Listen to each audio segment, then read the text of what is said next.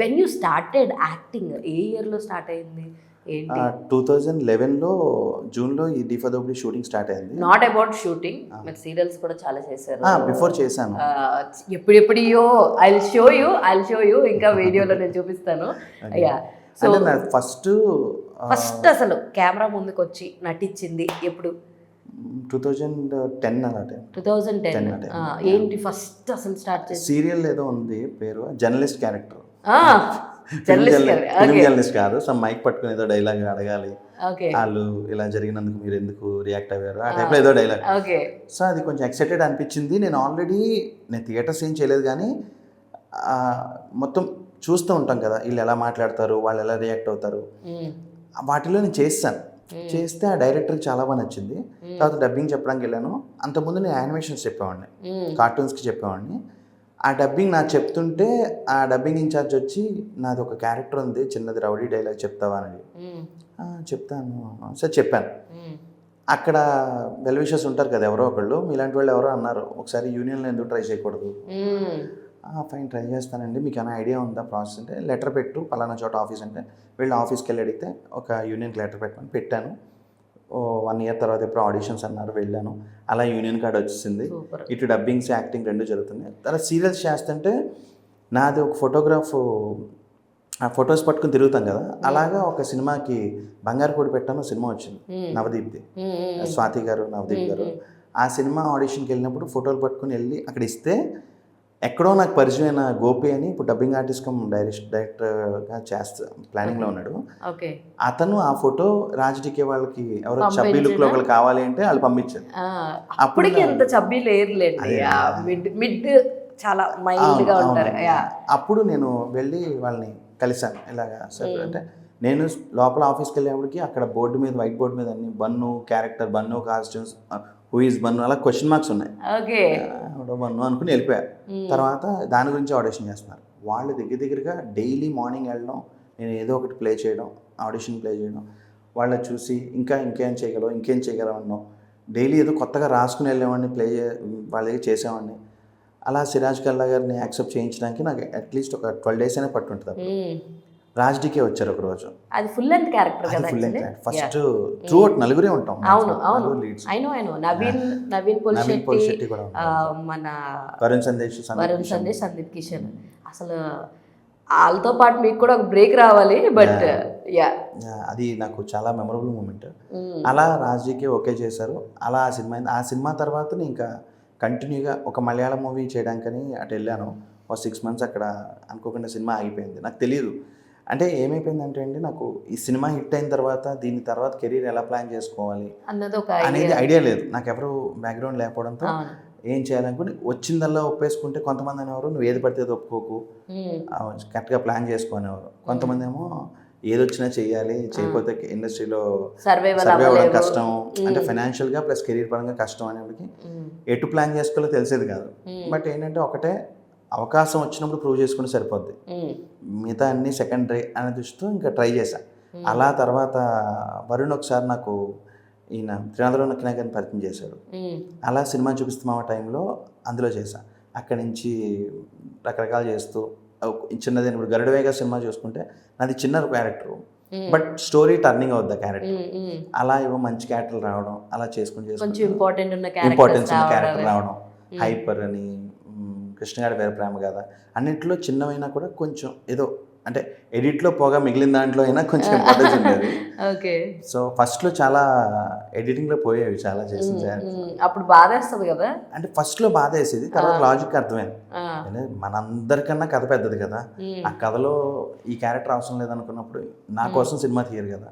So అది కరెక్టే, నేను ఎంచుకోవడం కథకి ఇంపార్టెన్స్ ఉన్న క్యారెక్టర్ నా మీదే ఉంటుంది కదా అని అలా నేను సార్ జాగ్రత్త పడ్డా నేర్చుకున్నా. అలా సినిమా పరంగా లైక్ ఆన్ స్క్రీన్ యాక్టింగ్ అన్నది 2010లో స్టార్ట్ చేశాను. మరి డబ్బింగ్స్ అన్నది ఎప్పుడు, అసలు హౌ ఇట్ స్టార్టెడ్ డబ్బింగ్ అన్నది? ముందే డబ్బింగ్స్ చేశారా? లేదు, అంటే నేను యానిమేషన్స్ చెప్పేవాడిని. అవును, అదే యానిమేషన్స్ ఎప్పుడు స్టార్ట్, అసలు డబ్బింగ్ సైడ్ ఎప్పుడు వెళ్ళాలనిపించింది అంటారు? అంటే పర్టికులర్ డబ్బింగ్ సైడ్ అని కాదు, ఇక్కడ నేను ఏంటంటే జాబ్ చేసేవాడిని. ఏం జాబ్ చేశారు? G24 Hours ఛానల్లో సేల్స్లో చేసేవాడిని. ఓకే. అంతకుముందు ICICI దాంట్లో చేశాను. ఈ జాబ్ చేసే టైంలో నాకు ఒక వే, ఇండస్ట్రీకి రావడం కోసం, ఒక యాక్టర్ అవ్వడం కోసం ఒక వే దొరకట్లేదు. మరి నేను ఏంటంటే కొంతమంది ఏం చెప్పారు, కృష్ణానగర్లో వెహికల్స్ వెళ్తా ఉంటే ఆ వెనకాల నువ్వు ఫాలో అయిపోతే ఇంద్రానగర్ గడ్డ అలా షూటింగ్ సెట్లోకి వెళ్ళిపోవచ్చు, సెట్లో మనం అడిగితే వాళ్ళు నీ కోసం వెయిట్ చేస్తారు, తక్కువ ఇచ్చేస్తారని చెప్పేవారు. మనకి అవునా, వెయిట్ చేస్తే వచ్చేస్తాయి కదా అని. ఏమీ వర్కౌట్ అవ్వవు. నాకు అది ప్రాక్టికల్గా కొంచెం చదువుకోవడం వల్ల నాకు ఒక ఐడియా ఉంది, ఇది ఇలా వెళ్తే వాళ్ళని అప్రోచ్ అవ్వరు. ఎందుకంటే నేను పేరు అది చెప్పను, నేను ఒక సినిమాలో ఫస్ట్లో తెలియనప్పుడు కంపెనీ ఆర్టిస్ట్కి వెళ్ళావు సినిమాకి. ఆ సినిమాకి అసోసియేట్గా చేసిన పర్సన్ ఇప్పుడు పెద్ద డైరెక్టర్. నేను సారీ పేరు చెప్పలేదు. ఇప్పుడు నేను అతని దగ్గరికి వెళ్ళినా కూడా తన మైండ్లో నేను ఎన్ని సినిమాలు చేసినా ఆ సినిమాలో కంపెనీ ఆర్టిస్ట్ అంతే గుర్తుంటుంది. కంపెనీ ఆర్టిస్ట్ కదా ఎందుకు మళ్ళీ ఇప్పుడు. సో అది నాకు అర్థమైంది. సో మనం ఇప్పుడు ఏ క్యారెక్టర్ చేస్తే అతనికి నా మీద వ్యూ ఆ క్యారెక్టర్తోనే ఉంటుంది, ఇంప్రెషన్ ఉండిపోద్ది. తర్వాత నేను వెళ్ళినా కూడా ఎంత పెద్ద క్యారెక్టర్కైనా లేదులే తను కంపెనీ ఆర్టిస్ట్ కదా, అప్పుడు నాకు అర్థమై ఓకే మనం ఎక్కువ కనిపించడం కూడా ఇబ్బందే అనుకుని కొంచెం చూసుకుంటే నెమ్మదిగా డబ్బింగ్ ఇది ఒకేసారి స్టార్ట్ అయింది. ఆ రోజు యాక్ట్ చేసి నైట్ వాళ్ళకి ఏదో అర్జెంట్ ఎపిసోడ్ నైట్ షూట్ అయిపోయాక ఫుటేజ్ వాళ్ళకి పంపించేసి వెంటనే చెప్పేసామ్మా ఎల్లుండే టెలికాస్ట్ ఇది అన్నారు. అప్పుడు డబ్బింగ్ చెప్పినప్పుడే పక్కన ఆఫర్ వచ్చింది. నాకు అర్థమైంది నేను డబ్బింగ్ కూడా పనికి వస్తానని అర్థమయ్యి ఆర్టిస్ట్గా ఫోటోలు పట్టుకెళ్ళ తిరిగా ఉన్నాను. డబ్బింగ్ స్టూడియోస్ ఎక్కడో కనుక్కుని అందరి స్టూడియోస్కి వెళ్ళి నేను డబ్బింగ్ ఆర్టిస్ట్ కూడా అండి వాయిస్ ఇస్తాను అని వాయిస్ టెస్ట్లు ఇచ్చుకుంటూ అలా రావుశ్రీ గారు అని ఒక ఆయన ఆల్ట్ బాలాజీ ఉంది కదా, బాలాజీ టెలివిజన్స్, వాళ్ళది ప్రొడక్షన్లో ఏదో సీరియల్ జరుగుతుంది ఇంటింట రామాయణ సంథింగ్, అందులో మెయిన్ క్యారెక్టర్ నన్ను క్యాచ్ చేశారు. సైకిల్ మీద వచ్చారు అదే కదా? కాదు, డబ్బింగ్ చెప్తున్నా. డబ్బింగ్ అప్పుడు ఇంకా నెమ్మదిగా ఫైన్ చూసుకుందాం హ్యాపీ అని అలా పసలపూడి కథలు మీరు చెప్పింది ఇవి చేస్తున్నప్పుడే పసలపూడి కథలు వచ్చింది. అది వంశీ గారు ఫ్రెండ్ శంకు గారు అని ఆయన డైరెక్ట్ చేశారు. అందులో ఏదో చిన్న క్యారెక్టర్ సైకిల్ మీద వచ్చేది. దాని తర్వాత ఎపిసోడ్లో నాది వన్ ఆఫ్ ద మెయిన్. సరే ఫస్ట్ పేమెంట్ ఎంత తీసుకున్నారు? 400 అండి. 400 దేనికి తీసుకున్నారు? అదే సీరియల్ చెప్పారు, జర్నలిస్ట్ అని చెప్పి 400 ఇచ్చారా? నైస్. అంటే నేను కొంచెం బాగానే బతికాను ఆ టైం. అంటే మరీ 100 రూపాయలు కూడా ఉన్నాయి కానీ అదే చాలా మందిని ఇనిషియల్ స్టేజెస్లో అసలు ఎప్పుడు కెమెరా ఫేసింగ్ చేయని వాళ్ళకి కూడా అయితే ఫ్రీగా చేయమంటారు, లేదంటే 200 300 ఇచ్చేసి ఆ చాలే నువ్వు చేసిన చిన్న క్యారెక్టర్ కదా అని పంపించేస్తారు చాలా మందిని. ఇందులో ఒకటి ఉందండి, ఫ్రీగా చేయమని ఎవరు అంటారండి.